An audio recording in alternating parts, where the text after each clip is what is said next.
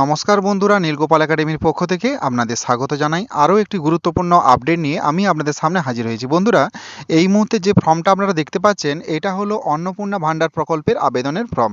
তো বন্ধুরা, এই আবেদন ফর্মটা আপনি কোথা থেকে পাবেন, কিভাবে ফিল আপ করবেন এবং কোথায় বা জমা দেবেন? এছাড়াও বন্ধুরা, আপনারা যে লক্ষ্মীর ভাণ্ডার, যে সমস্ত মায়েরা লক্ষ্মীর ভাণ্ডারে টাকা পাচ্ছেন, তো আপনাদের কি লক্ষ্মীর ভাণ্ডার বন্ধ হয়ে যাবে, না ওই অ্যাকাউন্টে এই অন্নপূর্ণা ৩,০০০ টাকা করে প্রতি মাসে ক্রেডিট হবে? এই সমস্ত বিষয় নিয়ে আজকের ভিডিওতে স্টেপ বাই স্টেপ আলোচনা করবো। সো বন্ধুরা, ভিডিওটি শুরু থেকে শেষ পর্যন্ত স্কিপ না করে অবশ্যই দেখবেন। আর ভিডিও শুরু করার আগে আপনাদের ছোট্ট একটি রিকোয়েস্ট, আপনি যদি আমার চ্যানেল নতুন এসে থাকেন তাহলে অবশ্যই যে সাবস্ক্রাইব করুন, পাশে দেওয়া বেল আইকনে ক্লিক করতে ভুলবেন না পরবর্তী নতুন ভিডিও নোটিফিকেশন পেতে। চলুন বন্ধুরা, ভিডিওটি শুরু করা যাক।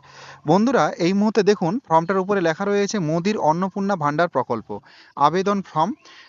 আচ্ছা, অর্থনৈতিক দুর্বল পরিবারের মহিলাদের সহায়তার জন্য প্রতি উপভোক্তাকারী পাবেন ৩,০০০ টাকা করে। এখানে আবেদন নম্বর রয়েছে, তারিখ রয়েছে।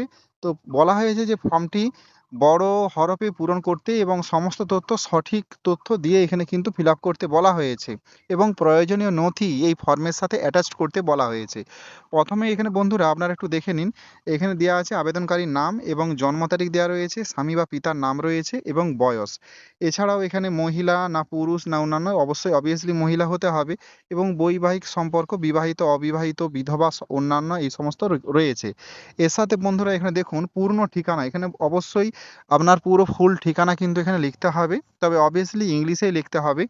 এছাড়াও এখানে মোবাইল নাম্বার রয়েছে, আধার কার্ডের নম্বর এখানে রয়েছে। এরপরে আসি পরিবার সম্পর্কিত তথ্য। প্রথমে এখানে দেখুন বন্ধুরা, পরিবারের সদস্যের সংখ্যা কতজন সেটা লিখতে হবে, রেশন কার্ডের নম্বরটা লিখতে হবে। এছাড়াও বার্ষিক মোট পরিবারের আয় সেটা কত আপনার রয়েছে, বার্ষিক ইনকাম কত সেটা এখানে লিখতে হবে। এছাড়াও রেশন কার্ডের ধরনটা এখানে রয়েছে, সেটা এখানে টিক মার্ক দিতে হবে।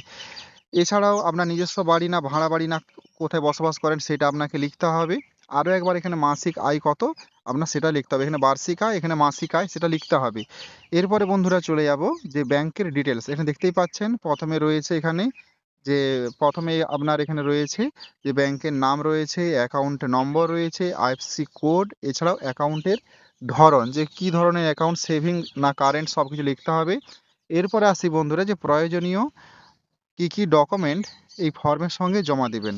প্রথমেই দেখুন রয়েছে আধার কার্ড রয়েছে, রেশন কার্ড রয়েছে। এছাড়াও যদি অন্তর্দায় হয়ে থাকে তাহলে অবশ্যই অন্তর্দায় রেশন কার্ড জমা দিতে হবে, ব্যাংকের পাসবই দিতে হবে এবং বাসস্থানের প্রমাণপত্র সেখানে দিতে হবে। এছাড়াও আয়ের সার্টিফিকেট, আপনার বার্ষিক আয় কত তার প্রমাণপত্র দিতে হবে এবং 1 কপি পাসপোর্ট সাইজের ছবি। এই সমস্ত জিনিসগুলো কিন্তু এর সঙ্গে এই ফর্মটার সঙ্গে অ্যাটাচ করতে হবে। বন্ধুরা, এবার আসি যে এই যে ফর্মটা এটা কোথা থেকে পাবেন।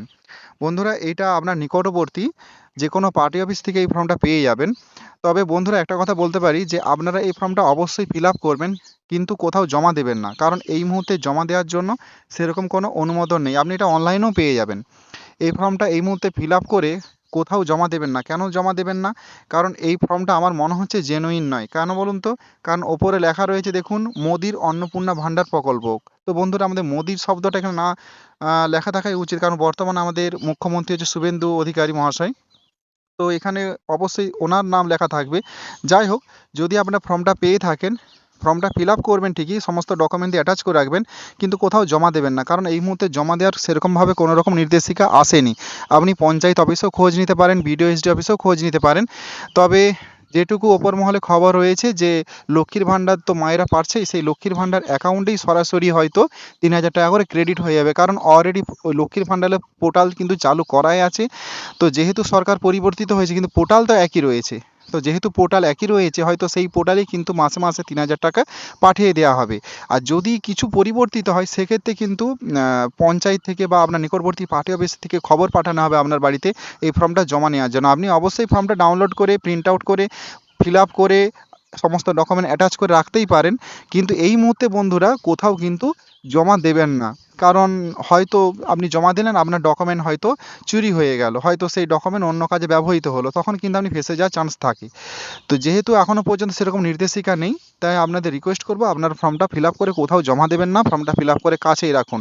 আপনি ফর্মটা কিন্তু অনলাইনে পেয়ে যাবেন বা নিকটবর্তী পার্টি অফিস থেকেও কিন্তু এই ফর্মটা আপনি পেয়ে যাবেন। সো বন্ধুরা, আজ এই পর্যন্তই। দেখা হয় পরবর্তী নতুন কোনো ভিডিওতে নতুন কোনো টপিক নিয়ে।